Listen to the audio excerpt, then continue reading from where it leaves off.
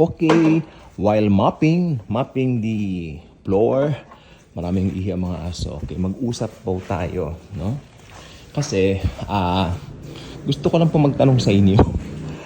Hindi ko po alam kung lahat ay nauunawaan ng grace.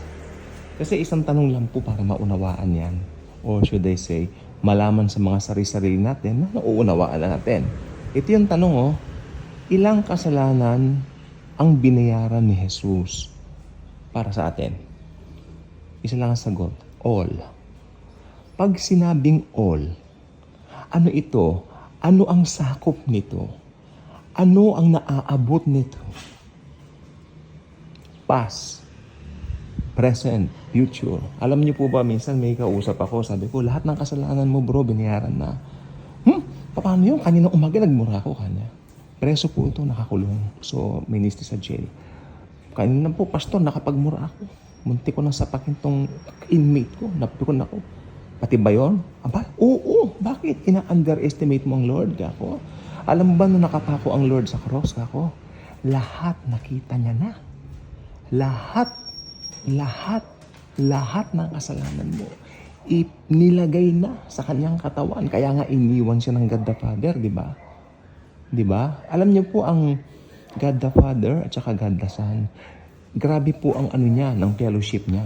Hindi po naghihiwalay. But, nung si Jesus nakabayubay sa cross, iniwan siya nito dahil ang nakita na ng God the Father sa kanya ay ang mga kasalanan mo, kasalanan ko, kasalanan ng buong mundo.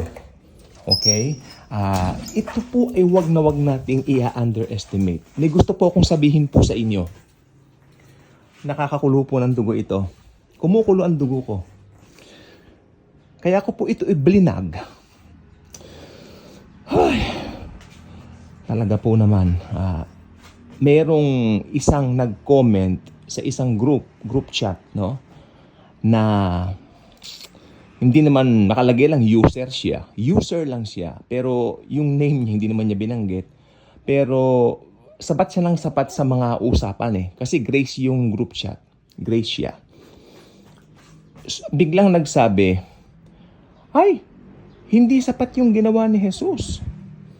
Kasi, kailangan gagawa rin tayo.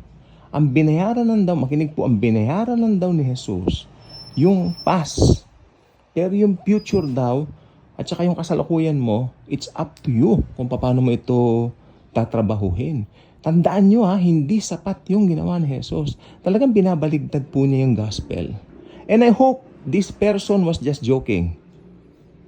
Pero hindi po joke yun Alam niyo po ba kasi nagkaroon kami dati ng group chat din, no? Group chat din. Most of these people, hindi ko po kilala. Okay? Actually, ibang group chat doon, nag-leave na po ako. Dahil, sa totoo lang po, away na Away na. Paggising ko pa lang, pastor. Anyang ganon. Halika. Hindi pa ako nagkakapian Good morning po. May good morning naman siya. Naglatag po ako ng pag-uusapan natin. Actually, nung binasa ko, hindi siya usapan. Nakikipag-debate sa faith natin. Kasi ang usapan doon, yung water baptism daw, pinipilit niya nagliligtas. Bakit? Palagay ba niya papatulan ko siya? Hindi ko siya pinatulan, tumigil. At saka nag-leave na ako doon sa mga ibang mga group chats at lag na itong cellphone ko Yun. Yung isa doon, naaalaala ko dati. Sabi ko, all of our sins, past, present, future. Talagang naglagay ako ng isang doon, ng isang mga parang sermon na talagang inilatag ko lahat doon, pati yung mga verses lahat. Nagbigay ako ng 5 points lang naman. Sumagot yung taong ito, sabi niya, oo, binayaran ni Jesus lahat. Oo, binayaran ni Jesus, pero hindi lahat, sabi niya. Na-upset ako. Noon pala, I think this was the year 2017 or 2017 siguro, 2016, mga ganyan. Kasi pagdating ng 2018, nag-leave na ako naglalag naglalag na yung messenger ko. Tsaka sabi siguro nila, hindi naman importanteng sumali ka diyan. It's a waste of time. Puro latagan. Marami na rin na nag-leave. Yung ibang friends ko talaga umalis na. Hindi ko naman sila kilala iba. Pero kami magkakilala, syempre. Magkakilala kami. Pero yung mga nakita ko sila, umalis na rin sila sa mga group chats na yan. Waste of time ka rin nila. At saka hindi sila mga grace people. Nagkikipag-away. So yung kanina, hindi pa raw sapat yung ginawa ni Jesus. You know what? Alam niyo po, napaka-blasphemy nun. That's blasphemy. Blasphemy. Alam niyo ba ang Tagalog ng blasphemy? Kalapastanganan. Walang kaibahan sa Antikristo. Ang Antikristo, papanik lang doon sa Most Holy of Holies, sa Third Temple. Futuristic pa yan, ha? Pero yun, sabi naman ng Bible, in fairness, desolation, na talagang pinakawalang kapatawaran yon. Pero itong nagsasabing Kristiyano, may gagawin daw, hindi raw sapat ng ginawa ni Jesus, nakakalungkot na may mga taong hindi ko alam kung nauunawaan naman nila ang grace o dahil lang sa kanilang samahan o rehilyon, nagmamatigas. Aba, mahirap pong ganyan. Alam niyo po ba, mas madaling gisingin ang totoong tulog kaysa doon sa nagtutulog-tulugan. Ha? At pag nagtulog-tulugan ka, pinilit mo magtulog-tulugan, inabutan ng rapture, maiiwang ka dito, sinasabi ko sa'yo. Importante ang finished work ni Lord Jesus. This is not a joke. This is important. Okay, balik tayo sa topic. Lahat po ng kasalanan natin binayaran na. Hindi nagalit ang Diyos sa mundo. Okay? So, ibig sabihin, ba't nasabi kong hindi nagalit ang Diyos sa mundo? Kasi lahat nga ng galit niya, lahat ng wrath niya, puot, inilagay na kay Hesus Kristo nung nakapako siya sa krus 2,000 years ago. Kaya ngayon, ang natitira ngayon sa mundo, ngayong church age ha, ang natitira ngayon sa mundo, pag-ibig, pagmamahal ng Diyos. Kaya dyan po applicable ang John 3:16 ngayon para sa lahat ng tao. Wala kang pwedeng i-condemn kahit anong mga ginagawa nila, nakikita mo mga masama. Yung nag-comment niya, kung hindi pa born again yan, mahal siya ng Diyos. Kailangan ma-born again yan. Kasi I don't think na Kristiyano ang ganong pananaw. Hindi born again yun.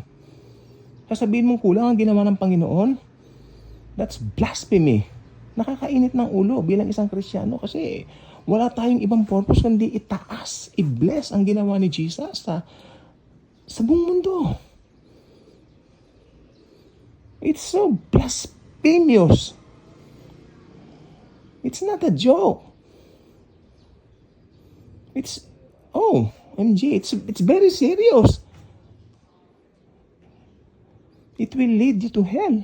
Kung yan ang paniwala mo, dahil hindi mo tinatanggap yung finished work ng Lord.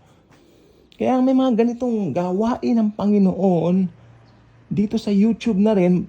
Actually, pinadali ng Lord nung naging high-tech na ang mundo. Pero talagang kasama po sa hula kasi ito. Please lang po, kung hindi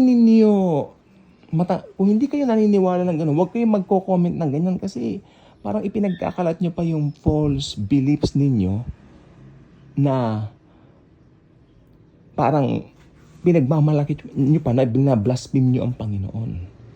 No, binayaran niya lahat ng kasalanan ng tao. Kaya nga po hindi nagalit ang Diyos sa mundo. Di ba? Kasi, tingnan nyo, ito pa pong isa. Yung mga naniniwala na mag-a-undergo tayo ng tribulation, ito pong gusto kong sabihin. Alam nyo pa yung tribulation? Wrath of God po yan. At ang sabi ng Biblia, kung ikaw ay born again na, you will never suffer wrath. Hindi ka daranas ng puot ng Diyos. So, paano mo sasabihin, papasok, susuong ka sa tribulation? Puot ng Diyos yun Para yun sa mga unbelievers at sa mga Hudyo na rin kasi ang mga Hudyo talaga i-deal ni Lord dito sa tribulation. Kaya ingat-ingat lang sa mga sinasabing ganyan. Nakakatisod po yan. Doon sa mga hindi pa mananampalataya. If you're a believer, hindi ka matitisod. Paano yung mga gusto nang maniwala kay Jesus tapos nabasa yon at naniwala doon? Diba? It's so sad. May mga taong ganyan. O ngayon, yung mga naniniwalang papasok kayo sa tribulation, puot ng Diyos yon. Hindi kayo naniniwala na ang forgiveness na kay Jesus lang. Dito po sa Avenida, dito po sa Recto, di ba? Marami nagsisigaw diyan, may placard pa nakasabit sa kanyang ulo. Repent, kanyang ganon. Yung repent niya, ang kanyang pakahulugan sa repent, kasi ang repent, simple lang po ang kahulugan niyan. Ang kahulugan po ng repent, magbago ka ng pag-iisip. Metanoia ang repent sa Greek. Simple lang po ang kahulugan nun. Hindi po siya mahirap. change of mind. Anytime na nakakarinig tayo ng Word of God, nagre-repent tayo. Ako, anytime nakakarinig ako ng grace preaching, nare-repent ako doon sa mga maling paniniwala ko dati. Serious po ang bagay na finish work ni Lord Jesus. Ito po ang dahilan kung bakit tayo naligtas. Hindi kulang yan. Walang kulang yan. Diyos yan. Perfect yan. OMG. Diba? So, yun lang pong gusto kong sabihin. Binayaran na lahat ng kasalanan ng buong mundo. Hindi na po galit ang Diyos sa atin. Why? Because of Jesus alone. Bye-bye.